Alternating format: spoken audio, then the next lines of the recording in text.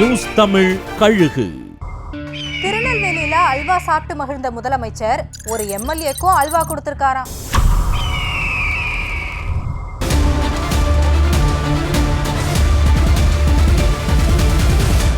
முதலமைச்சரின் நெல்லை பயணத்துல மாற்றுக் கட்சியினர் இணையும் விழாவில் கலந்துகிட்டாரு. இந்த நிகழ்ச்சி பத்தி வெளியான தலைமை கழக செய்தி வெளியீடுதான் பாளையங்கோட்டை எம்எல்ஏவான அப்துல் வகாப்பை கொதிப்படைய வச்சிருக்கு. 6ஆம் தேதி நடைபெற்ற நிகழ்ச்சியில மாற்றுக் கட்சியினர் 1000க்கும் மேற்பட்டோர் இணைஞ்சாங்கன்னோ.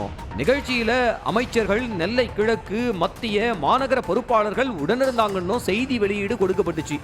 இதை பார்த்ததும் தொகுதி எம்எல்ஏவான என் பேரை எப்படி விட்டாங்க, இது யாரோட வேலை அப்படின்னு குழம்பு போய் இருக்காராம் எம்எல்ஏ அப்துல் வகாப். தலைமை கிட்ட முறையிட்டவருக்கு அதிர்ச்சி தர்ற மாதிரி ஒரு தகவலை சொன்னாங்களாம். அதாவது, ஏற்கனவே மேயர் சரவணகுமார் பிரச்சனைக்கு வித்துட்டதும் நீங்க தான். அப்புறமா நடந்த மேயர் தேர்தலையும் நீங்க கட்சிக்கு எதிராக வேலை பார்த்திருக்கீங்க. நீங்க கட்சியை வளர்க்குற வேலையை மட்டும் பாருங்க, உங்களுக்கு உரிய மரியாதை தானா கிடைக்கும். தலைவர் உங்க மேல வச்ச மரியாதை தான் நிகழ்ச்சியில நீங்க அவர் பக்கத்துல நிக்கிறதுக்கான காரணம்.